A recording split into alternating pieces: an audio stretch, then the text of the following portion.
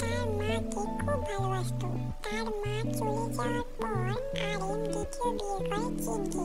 ছোট্ট কুকি ভাবতে শুরু করে আরিম আর জিন তার মায়ের চলে যাওয়ার জন্য দায়ী। তখন থেকেই জেগে মেয়েদেরকে ঘৃণা করতে শুরু করে। তবে এবার জেগে ড্রিঙ্কস করতে করতে হঠাৎই মাঝপথে থেমে যায়। কেন, চলো দেখে আসি। তে পার্টি হলে প্রবেশ করতে সকলের চোখ তার উপরে পড়ে। তেকে অসম্ভব সুন্দর লাগছিল। নীল শাড়িতে পুরো নীল পরি লাগছিল। জেগে তের দিকে হাঁ করে তাকিয়ে আছে আর মনে মনে বলে, এই মেয়ে তো পুরো আগুন হয়ে এসেছে। সত্যি কেউ এত সুন্দর হয়? আজ তো এই মেয়ের নেশায় আমি মাতাল হয়ে যাচ্ছি। অন্য কোনো ড্রিঙ্কসে কাজ হবে না। সুগা তে আর জিমিনকে একটি জায়গায় বসিয়ে রেখে জেগের কাছে আসে। কি রে জেগে, কিছু খাচ্ছিস না কেন? এইসব ছাড়া তো আজকে তুই একদম থাকতে পারবি না। সুগা, আজকে এই ড্রিঙ্কসে কাজ হবে না। আমি যে অন্য কিছুর নেশায় মাতাল হয়েছি, আর এতটাই মাতাল হয়েছি, আই ফিল হট। জেগে এক দৃষ্টিতে তের দিকে তাকিয়ে এই কথাগুলো বলে গেছে। সুগা বুঝতে পারে জেগেকে কি বোঝাতে চেয়েছে, তবুও সে বলে, কি কি বললি? শুনতে পারলাম। হ্যাঁ, কোথায়? কিছু বলিনি তো। কিন্তু তুই এসিতে থেকেও এত ঘামছিস কেন? শরীর তুই ঠিক আছে তো? কি যে বলিস না, আমি ঠিক আছি। আসলে ডোজটা একটু কড়া ছিল। তুই যা, পার্টি এনজয় কর। সুগা মুচকি হাসি দিয়ে সেখান থেকে চলে যায়। জেগে দূর থেকে তেকে দেখতে থাকে আর নিজের কল্পনায় বেশ কিছু দুষ্ট চিন্তা ভাবতে থাকে। ঠিক তখনই সুগা তেকে ডান্সের জন্য স্টেজে ডাকতে থাকে।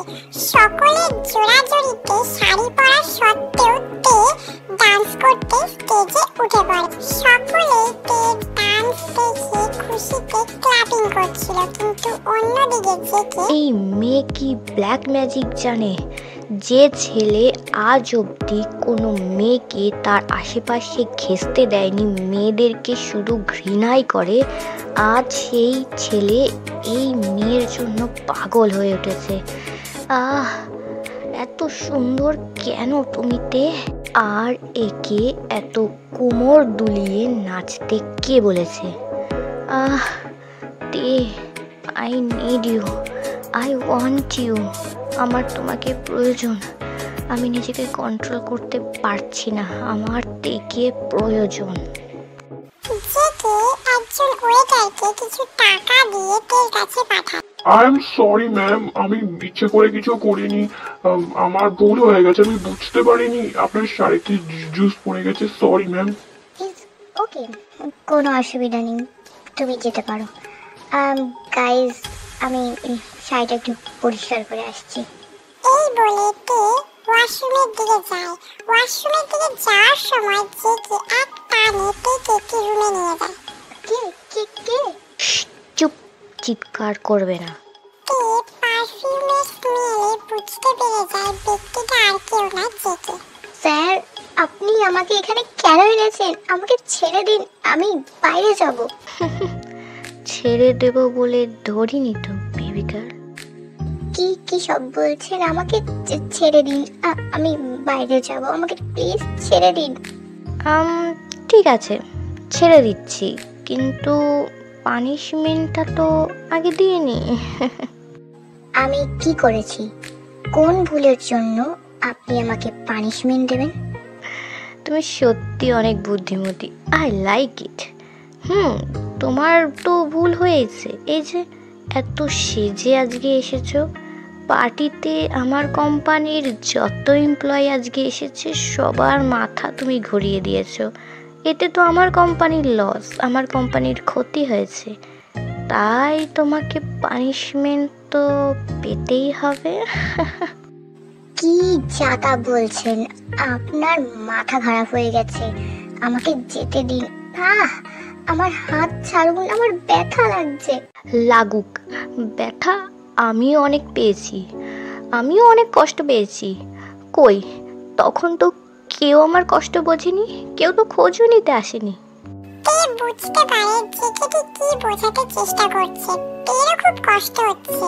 তে নিজেকে কোনো রকমে সামলে নেয়, কারণ এটা সঠিক সময় নয় জেকেকে সবটা জানানোর। তে জানো, আমাকে না কেউ ভালোবাসে না, সবাই আমাকে ছেড়ে চলে যায়। তুমিও চলে যাবে, তাই না? স্যার, আপনি এসব কি বলছেন? আপনার কি হয়েছে? আপনি এমন কেন করছেন? জেকে ড্রাম ছিল, সে নিজেও জানে না সে কি বলছে। হঠাৎ জেকে রেগে যায় এবং তের ঠোঁটে নিজের ঠোঁট বসিয়ে দেয়। তে প্রচন্ড ব্যথা পাচ্ছে, চোখ দিয়ে তার জল পড়ছে, কিন্তু সবটা সহ্য করছে তে, কারণ তে যে তার কুকিকে বড্ড ভালোবাসে। আমি জানি তোমাদের মনে অনেক প্রশ্ন আসছে, সবটার উত্তর পেয়ে যাবে, একটু অপেক্ষা করো। ধীরে ধীরে জেকের হাত তের শরীরের বিভিন্ন অংশে বিচরণ করতে শুরু করে, যার ফলে তে বারবার কেঁপে ওঠে। যে কেঁপে নিজের কন্ট্রোল হারাতে বসেছে, কিন্তু সে কোনো রকমে নিজেকে সামলে রুম থেকে বেরিয়ে যায়। তে তখনও একইভাবে দাঁড়িয়ে আছে, সেও হাঁপাচ্ছে এবং অনেক লজ্জাও পাচ্ছে। কিছুক্ষণ পর তে নিজেকে ঠিকঠাক করে আবারও পার্টিতে হাজির হয়। আরে তে, এত দেরি হলো, সব ঠিক আছে তো? তোকে কেমন যেন লাগছে? ভাইয়া, আমি ঠিক ঠিক আছি।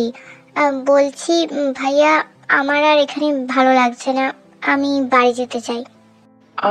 আচ্ছা ঠিক আছে, চল আমি তোকে সুগা কথাটা শেষও করতে পারে না, তার আগে সুগা, আমি বাড়ি যাচ্ছি, এখানে সবটা তুই সামলে নিস। জেকে আসলে কি কিছু বলবি? আসলে তে বাড়ি চলে যেতে চায়, আমি ওকে দিতে যেতাম, অনেক রাত হয়েছে তো। হ্যাঁ, তো আমি কি করব? না মানে তুই তেকে বাড়িতে ড্রপ করে দিতে পারবি? কি? নো ওয়ে, আমি পারবো না।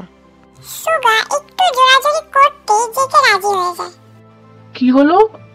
আমার কেন জানি মনে হচ্ছে জেকে এটাই চাইছিল, তেকে সেই ড্রপ করবে। ভাইয়া, কি ভাবছো? ডাল মে কুছ কালা কালা হে। না না, আমার তো মনে হচ্ছে পুরো ডালটাই কালো। কি ভাইয়া, কি সব বলছো? হ্যাঁ, আরে তে ও কিছু না, জেকে তোকে ড্রপ করে দেবে, সাবধানে যাস, পৌঁছে কল করবি কিন্তু। এই বলে সুগা চলে যায়। তে তো কিছুই বোঝে না, তার মাথার উপর দিয়ে সব গেছে। তে আর কি করবে সেখানে দাঁড়িয়ে, জেকের পিছু পিছু সেও বেরিয়ে যায়। জেকে ড্রাইভ করছিল, সে পাশে তাকাতেই দেখে তে ঘুমিয়ে পড়েছে। মিস তে, এইটুকু সময়ের মধ্যে মেয়েটা ঘুমিয়ে পড়লো। মিস তে। হ্যাঁ, কি? কে? ও স্যার, আপনি ডাকলেন কেন? মানে এটা কি? এটা কি আপনার বেডরুম পেয়েছেন যে ঘুমিয়ে পড়লেন? কি আবার ঘুমিয়ে পড়লো? কিছু সময় পর জেকে তের বাড়ির সামনে গাড়ি থামায়।